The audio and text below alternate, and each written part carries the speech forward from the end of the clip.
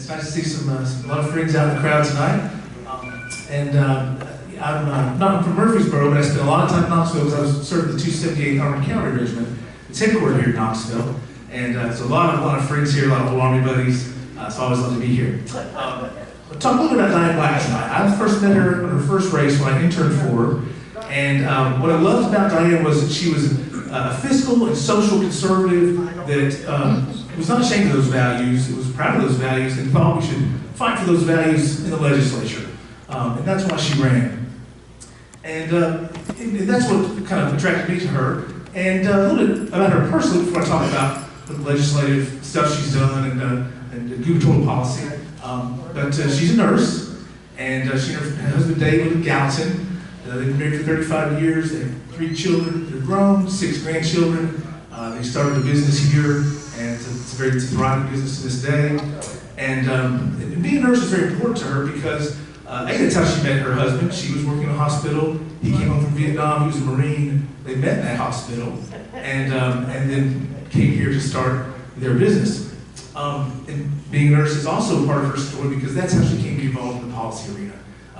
Take Care started to unravel in the 90s. She was a nurse, and she saw that it was hurting patients, doctors, nurses, the healthcare industry as a whole. And she realized the only way to change that is to be involved at the policy level as an elected official. So she ran, and just as she was elected, if you guys remember, the state income tax battles were happening back then, and it was a long 4 years. We had a Republican governor trying to pass the state income tax, and she was a small but vocal group of people really pushing back on the income tax, going on talk radio every day, talking with the protesters that circled the Capitol, and really being a voice for the citizens who overwhelmingly did not want a state income tax, and she prevailed in that. That's why we don't have one. She's also very pro-life. She sponsored something called Senate Joint Resolution 127, which was an effort to roll back a judgment of a liberal court that Tennessee's Constitution allowed unfettered abortion on demand. And it was clearly wrong, and she began that effort in 2009 and eventually came to pass, and that's why we were able to roll back that really bad liberal court decision. And you notice the pattern here. She fights for what's right, even though the establishment may not be for what she's for. I remember back then she ran for Speaker of the House. The Democrat Speaker of the House had an overwhelming number of votes. There was no chance we could win, but the tradition was Republicans did not run to be House Speaker. And so she ran. She articulated why a conservative state like Tennessee should have conservative legislative leadership. She made that House floor speech. I still remember today. It really set her apart as a leader, and it's really stuck with me. Another thing that I think sets her apart, personal note, when the 278th deployed to Iraq the first time back in the fall of '04, I'm sure a lot of you remember that, it's a big deal. A handful of legislators kept in touch with me, would email me. We were gone for about 18 months, and she was certainly one of those, and that really stuck with me as well, that she cared, to keep in touch with the soldiers from her district that were over there, and I think that's a big deal. As many of you know now, she's in Congress. She's a key ally of President Trump. The 3 things they worked on together just this year are repeal or replace Obamacare, and that passed the House, and hopefully the U.S. Senate will follow. She worked closely with President Trump and Vice President Pence on that. Also, she passed a budget out of her committee. She chairs the House Budget Committee, the first Tennessean to hold that role, and again, working closely with President Trump and Vice President Pence, and hopefully the full Congress will pass that. And now she's focused on defunding Planned Parenthood. That's a main goal of hers because she sees the evil as Planned Parenthood, and she's got the backing of the White House on that as well. So that is what she's focused on now. So that's sort of a quick review, but I'd really like to talk more about Diane Black as a governor right now. Tennessee's in a good place public policy-wise. We have a governor who's cut taxes. He's raised educational outcomes. So public policy really envies a lot of states. And that's a big component of what Tennessee is. But another big component of what Tennessee is our culture. We have a very unique Tennessee culture. Its traditional values, the building blocks are family and faith, and an expression of that faith, and certainly having an education that lets you get a job you love. And those are the values we think are traditional and should be preserved and handed down.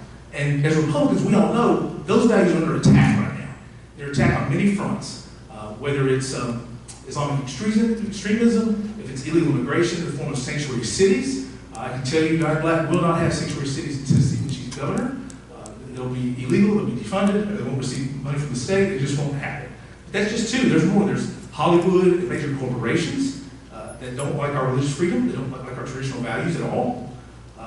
There's, frankly, liberals who have gotten to a place where they openly despise capitalism, and they don't like the freedom of speech, the First Amendment. So those are battles that the governors of states are going to have to wage.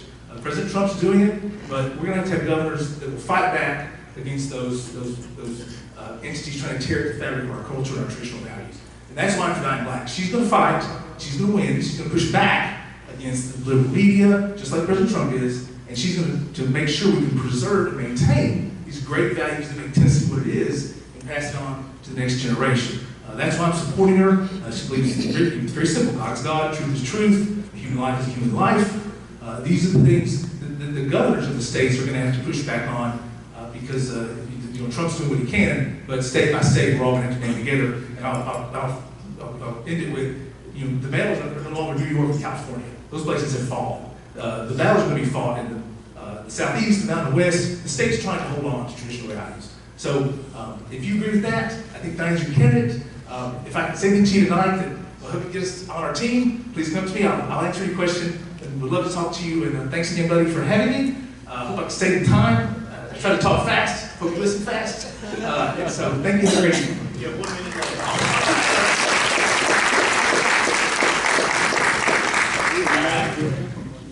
I was counting my cards and I realized I didn't have enough cards in my pocket. I had to do an inventory of who I didn't have. Okay, we have Bobby Wagner representing Bill Lee. You gonna need a whole 20 minutes? No.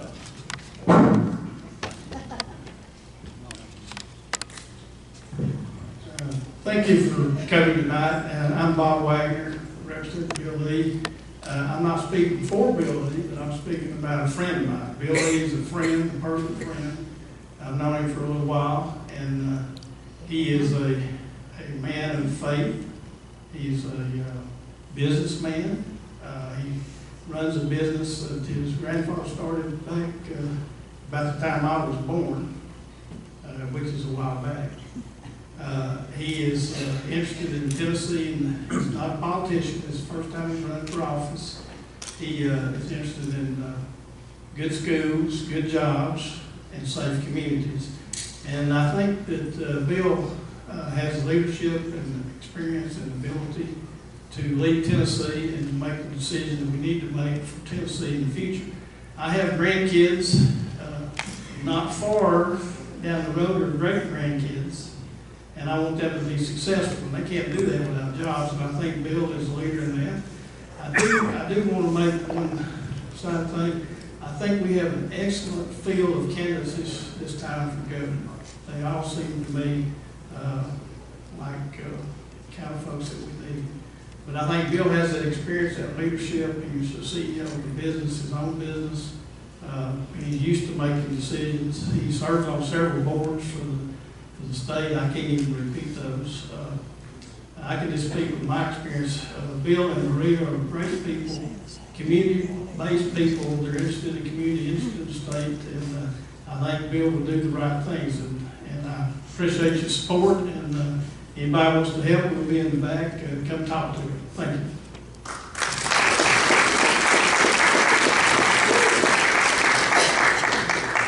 Okay, on those short ones. All right. Again, I want to thank Tim Graham for the use of his facilities. I want to thank everybody for being here.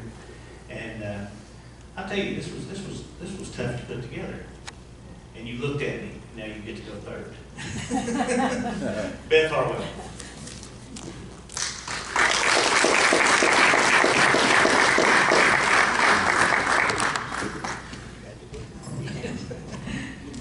Well, good evening. It's so good to be with all of you this evening. It's always good to be in Knox County.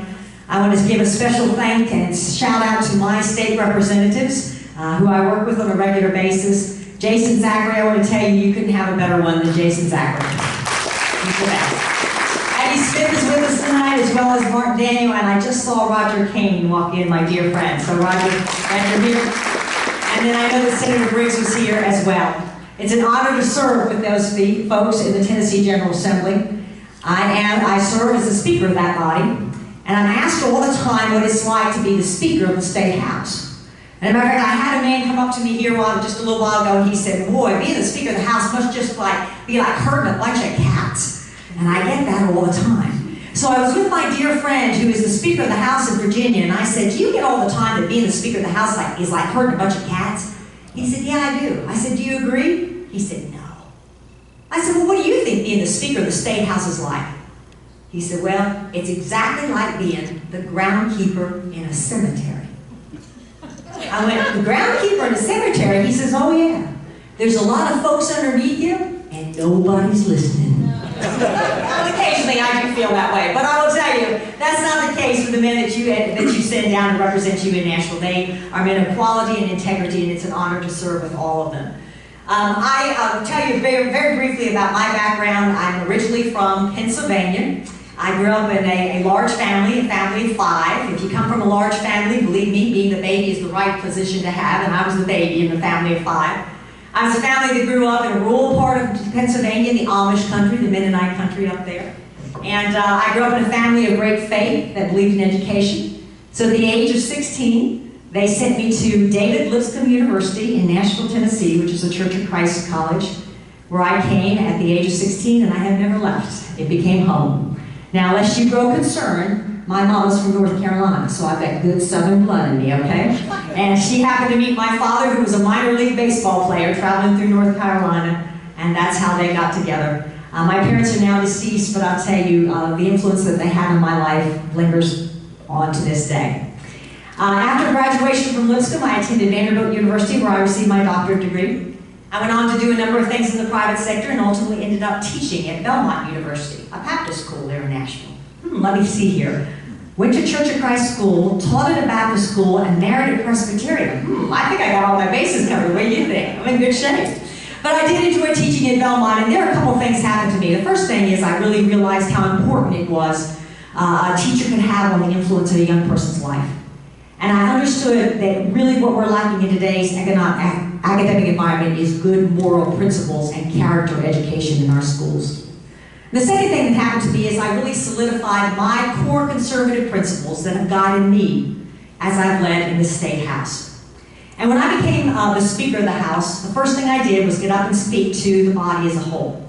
And I asked them, before they voted on any piece of legislation, to put it through a litmus test.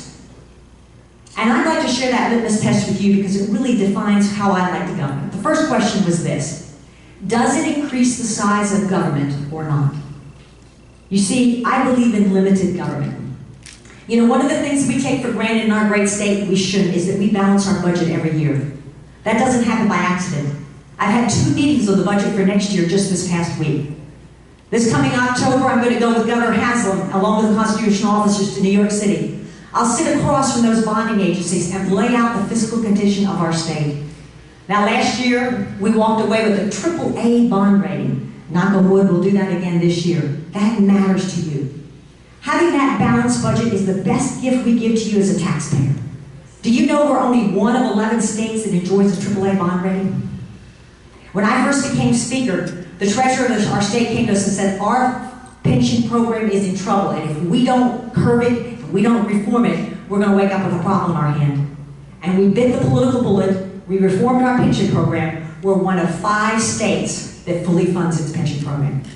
Compare that to what you see in the state of Kentucky, $36 billion in debt on just their pension program alone. We have a lot to be grateful for because we believe in limited government.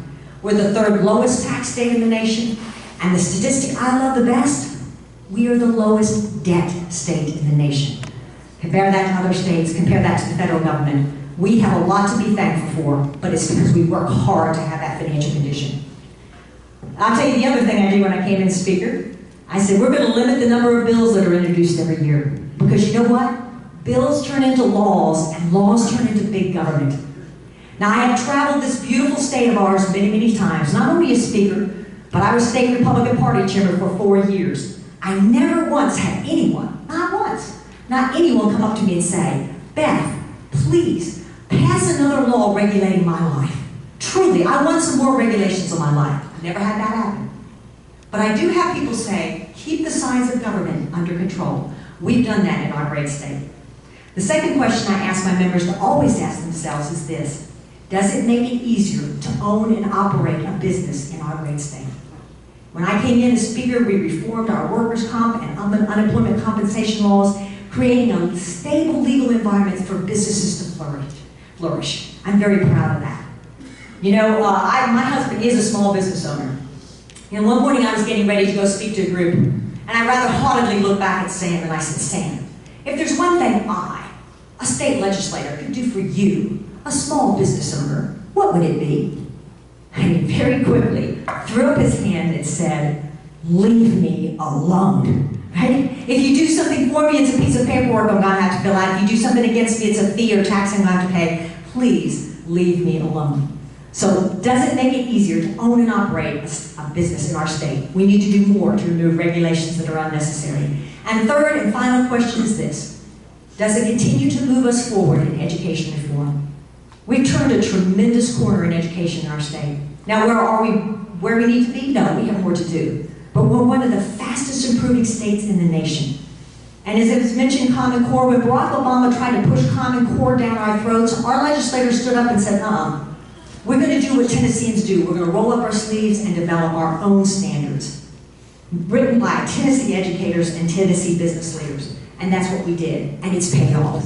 One of the fastest improving states in the nation. And we just received our high school graduation scores, and they're on the uptake. We are a low unemployment state. We have a lot going for us. So going forward, I'd like to be your governor because there's more opportunities. I think Tennessee is a great place to live. There's no other state in the nation I'd rather live in than Tennessee. But I think our best days are yet to be.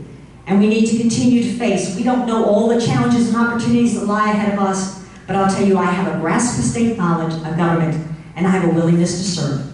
And I'm ready to tackle the opioid crisis that we have in our state, continue to put an emphasis on education, and continue to make this a wonderful state for businesses to flourish and succeed.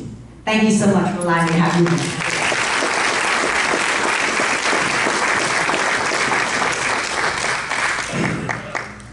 Just in case we weren't really clear, after the speakers get finished, they're going to be here for a while, so anybody that wants to go around, talk to them, introduce yourselves, ask them questions, ask them about what they talked about. We're down to the last two. Who gets to come next? Mae Beavers.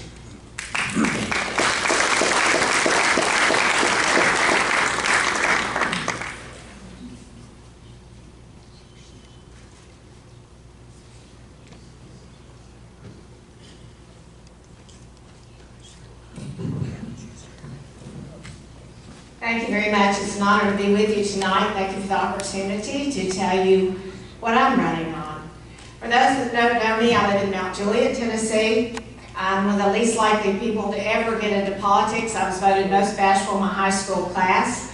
And actually, it wasn't my idea to get into politics. My husband came home one day after we had a $2 million shortfall in our school system in Wilson County and said, I am so upset with what's going on. We've got to get involved. One of us has to run for county commission, and I don't have time. So he went out and knocked on doors and got me elected to the county commission. We were able to pass the Financial Management Act, and the rest is history for our county. I ran and was elected in 1994 to the House. Things went along pretty smoothly in the House until we had a governor that proposed a state income tax.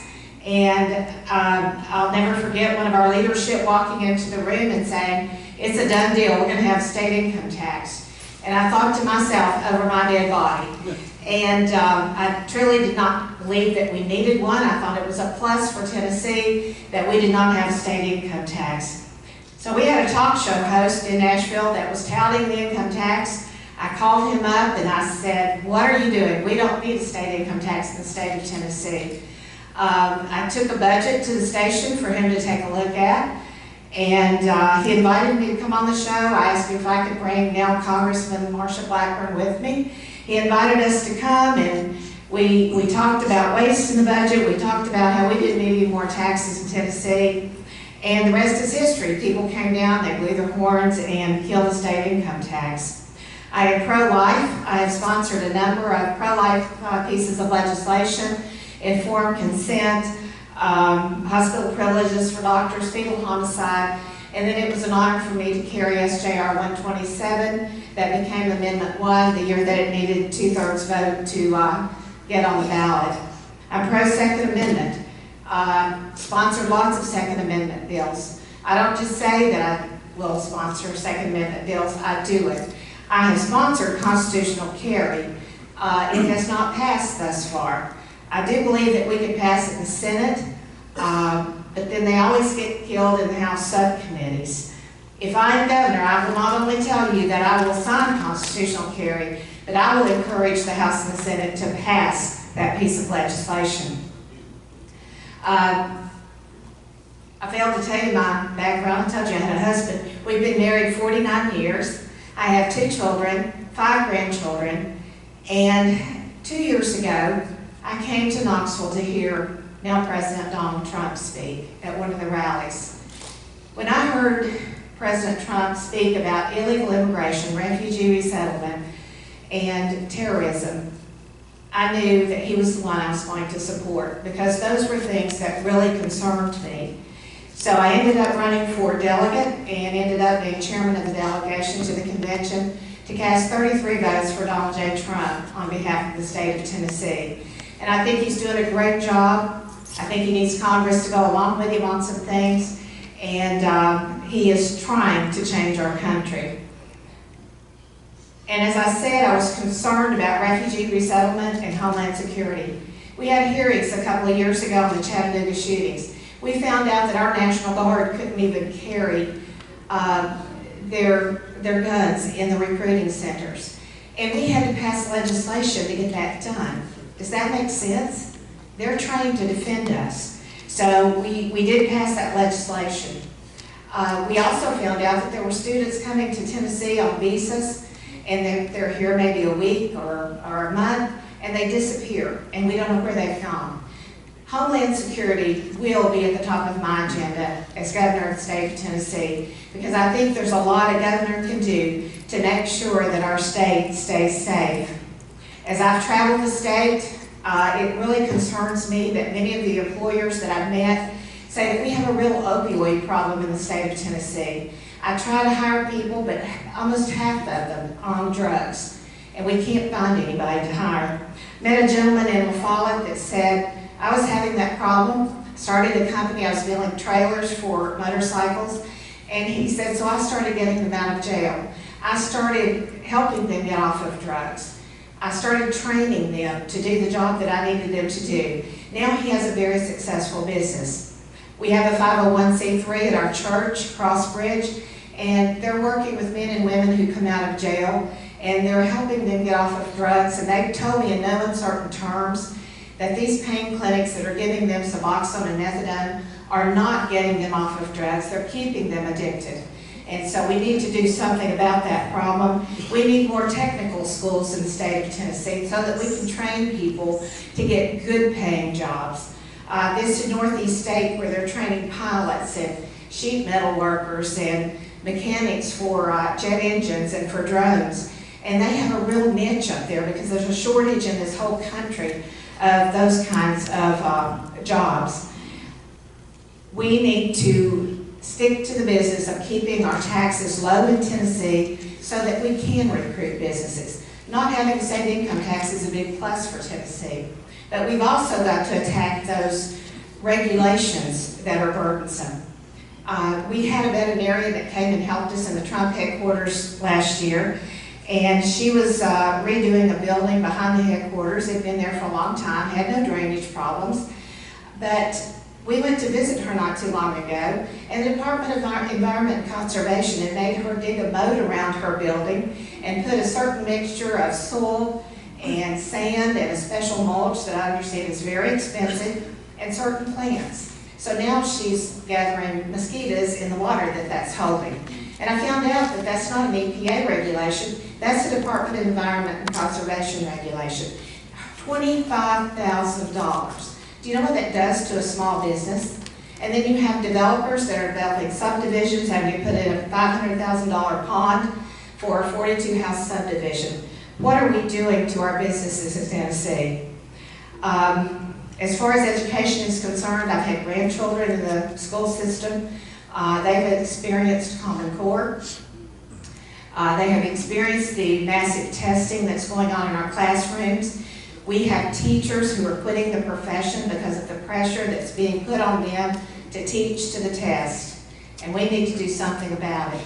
The School Board Association last year proposed some legislation that would let school boards choose whether they want to use the ACT test like we've always used or the standardized testing that's been going on in our classrooms. That's costing our state over $100 million a year, and they can't even get the results to us on time. Something needs to be done with education. I will make sure that we take care of the children in state custody, whether it's in foster care, and I want to make sure that we take care of our children in the school system by saying that our kids in 9 through 12, or K through 12, if you're a male, you go to the male bathroom, and if you're a female, you go to the female bathroom. And that's something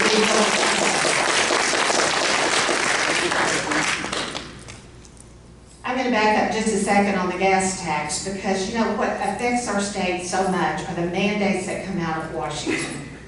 And my answer to the gas taxes last year was to send a resolution to Congress saying, President Trump and Congress, you know it's the mandates that are hurting us in Tennessee. Of the gas money that we get back from Washington, we can spend less than half on roads. You're telling us we have to spend the rest on walking trails and bicycle lanes and welcome centers, and telling them they need to do something about that. Haven't heard back from any of them, by the way. But that's something we need to concentrate on, is letting Washington know how we feel about the mandates they're sending down to Tennessee and how much it's costing us. I appreciate your attention tonight. We will hold the line on taxes. We will hold the line on regulations. And we'll make sure that our great state becomes even greater. Thank you very much.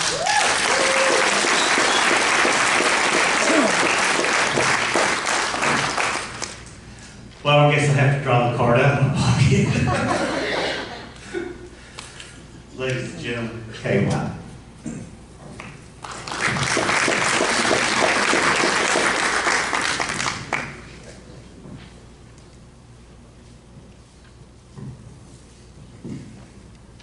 Again, before she starts, I'll remind everybody that the candidates are going to be around for a while after this is over. So if you want to talk to them about anything, just please feel free. I'm Kay White, and I am different, and I want to make a difference. You say make a difference doing what? Kay White would not have voted for the gas tax, and Kay White would not have voted for the budget increases year after year after year. Sure, we're fiscally sound. Why are we fiscally sound? Because did you realize that in less than 8 years, our state budget, your state budget, has been raised $8 billion. Folks, I didn't say million. No. We've had people down there that have gone along to get along. Now they can boast and they can brag, but what they're doing is sucking you in because you don't realize what they have actually done. Now I am a Tennessean. Whoa! I was born here, I was raised here, and I plan to die here. I love you all. I love Tennessee, and I want to make a difference. I made a difference with Donald Trump. I was over East Tennessee, and I didn't say, hey, I support him. No. I got out and I drove to Nashville. I was his surrogate speaker. I put out signs. I took hats. I even ordered things on my own dime and dollar. Listen, what being a real Tennessean is about is work. I'm for work. I'm for creating jobs in our state. I have a plan in mind that I feel that would work for our inmates. Let me tell you, folks, we've got a lot of inmates that are in jail, and you know who they've hurt the most? Themselves, because they're not in jail because of a crime against people. They committed a crime against themselves. Now I stand before you to tell you and my heart has been broken. I am a mother. I'm a grandmother. I am a great-grandmother, and I also have 3 step-great-grandchildren. But I want you to know that I have a son that has fought the opioid addiction. Why? Because we have a doctor, or doctors with an S, that often when they have a sprained ankle or a broken leg, nowadays, where we used to put them in a cast and give them some aspirin and put some cold compress on them to help them get better, the doctors say, oh, you're in pain, you're in pain. So they give these high school children or young college students, that's what happened in my son's situation, they give them pain pills. And they like the way it makes them feel. And they take them for so long, and then they get where they want some more. And they become slowly addicted. We need to go back to having this regulated more, where doctors don't dish out pain pills for everything. But for those type people who are in our jails, I would propose, and of course you know, and I know, that I do not make laws, or would not as governor, but I certainly would know how to use a veto pen. So let some of those legislators that get up and brag and boast about, oh, how great and wonderful they've done for you, when actually they have done nothing for you but cause your taxes to be higher. I'm against that gas tax, and it was wrong. And some of the candidates voted for it. And it was wrong, wrong, wrong. They could have done 1 or 2 other things. They could have either taken a small portion of the already 3rd in the nation highest sales tax, or they could have implemented a one-time $5 designated fee for our license plate. You know, let's get real. Let's think about you all. You know what? I could be home and enjoying life with my husband. I do enjoy it. I could be doing lots of things rather than running for governor. But you know, I chose because I saw weaknesses in other candidates. I saw that you can vote right, but you have to lead right. Leading right is being able to convince your other colleagues that you're correct on an issue, so they go along with you and you get that bill passed. Just because you vote right does not mean that you can be a leader. And I want to be a leader because I feel like we need someone to stand up for us. I'm sick and tired of it. How about you all? Are you sick and tired of it? Let me tell you, I've interviewed people across this state, and I'm here to tell you that most of the ones, even gay people, they're citizens like you and I. And those gay people are not the ones that were supporting the transsexual bathrooms. It's predators. Someone wanting to prey on the women and the children. One of the gay people, I'll tell you a quick little story that I was talking to. He told me about living in California and how that when he was living in California, a mother, it was in their news, had gone to the bathroom, or her daughter, 12 years old, had gone to the bathroom. And the mother was shopping right outside the restroom area, and she didn't come back. And so she goes in. And there in the handicapped stall, a man was raping or trying to rape her little 12-year-old girl. She busted in the door, of course, pulling him off. There was his wig and his dress, but he was raping a child. This is why we cannot allow anyone, and we have a mayor up where I live that was all for a new school being built, and he wanted transsexual bathrooms. Well, I'm sorry. He needs to go back home, wash his face, and go to bed and stay there for a few years. That's what I say.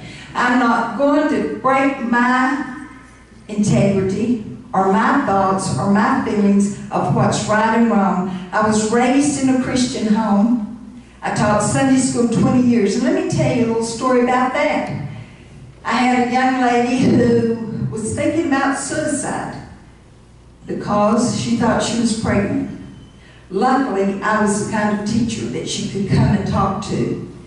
If I am your governor, I will be the kind of governor that you can come and talk to. And I hope that the legislators will also come and talk with me and work with me. I want to help people.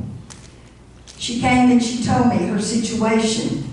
I was able to convince a doctor in our area, and they would be locked up in jail today for doing this. But I had him to check that young lady.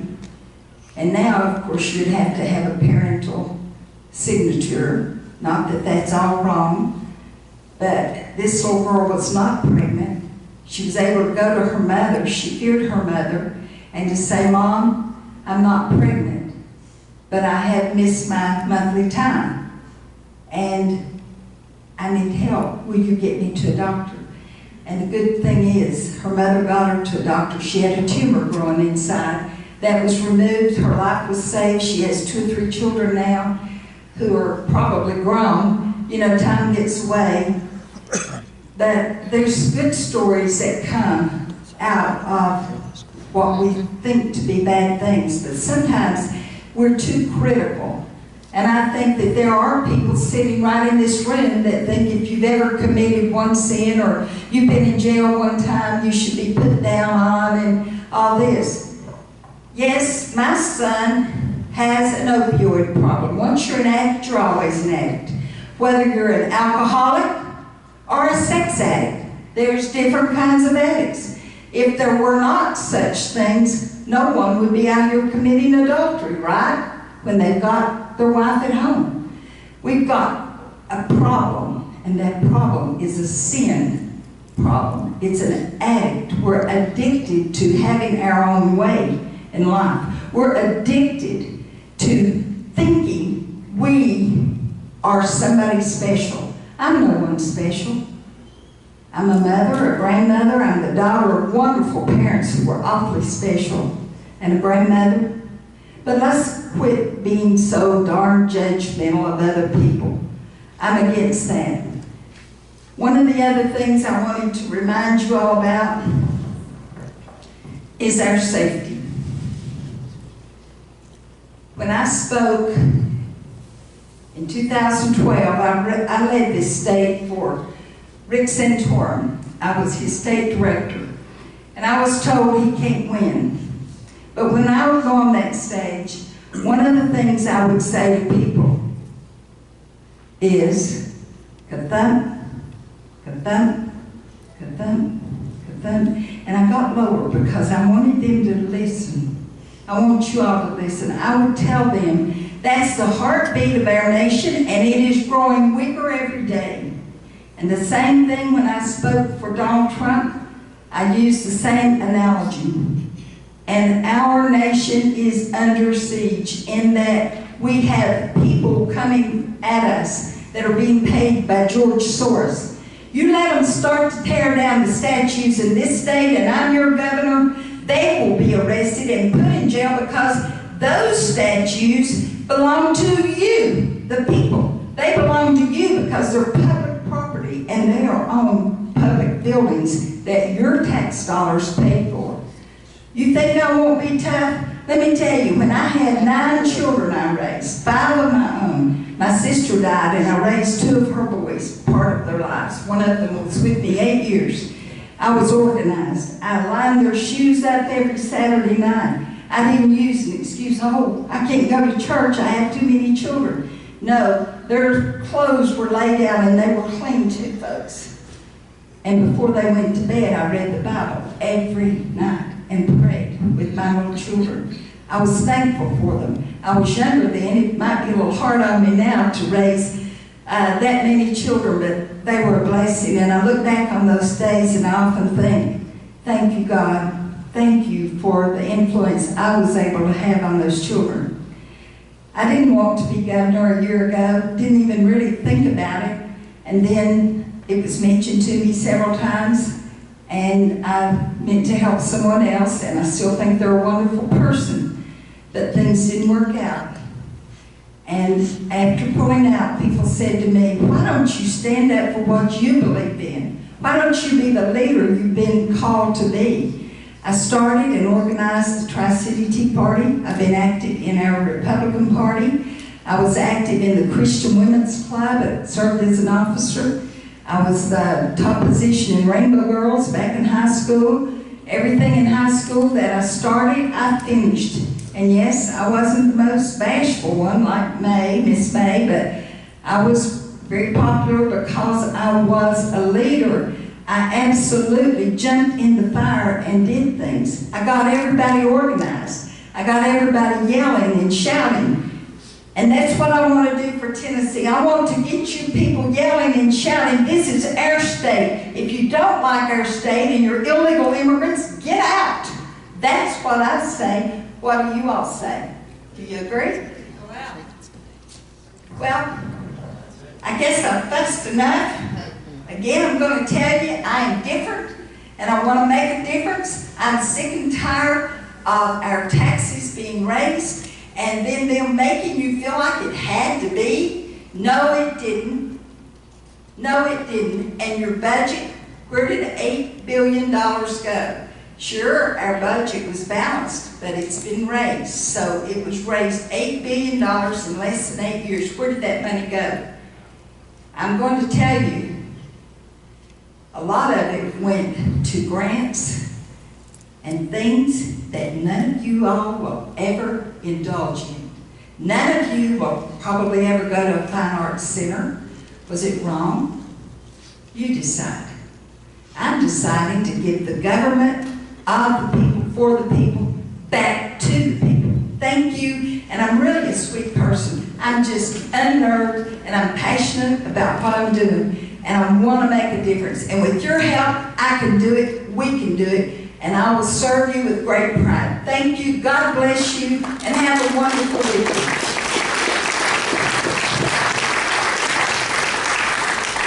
All right. Did I miss anybody?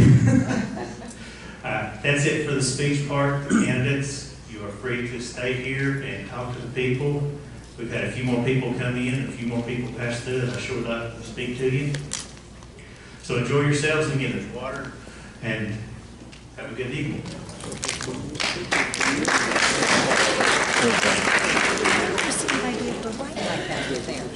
Oh, it's a note, a Samsung note. So that's why it's so huge. Yeah, I like that though. Oh, it's great, because then if you forget a notepad. Yeah. Use that. And I'm not a very good typer. So that would be really helpful for me. It's I've never seen that, but that's neat. That's but neat. feel it.